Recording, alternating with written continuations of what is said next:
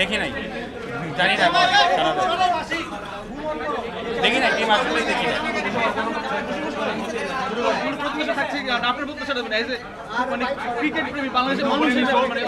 বাংলাদেশের প্রত্যেকটা মানুষই এক্সপেক্ট করছে যে বাংলাদেশ ভালো করবে, যেখানে যায় যেভাবে যায়। তো আমার প্রত্যাশা অবশ্যই ভিন্ন কিছু হবে না, খুব স্বাভাবিক। না, আমার সিরিয়াসলি কোনো ধারণা নাই, আমি দেখি নাই।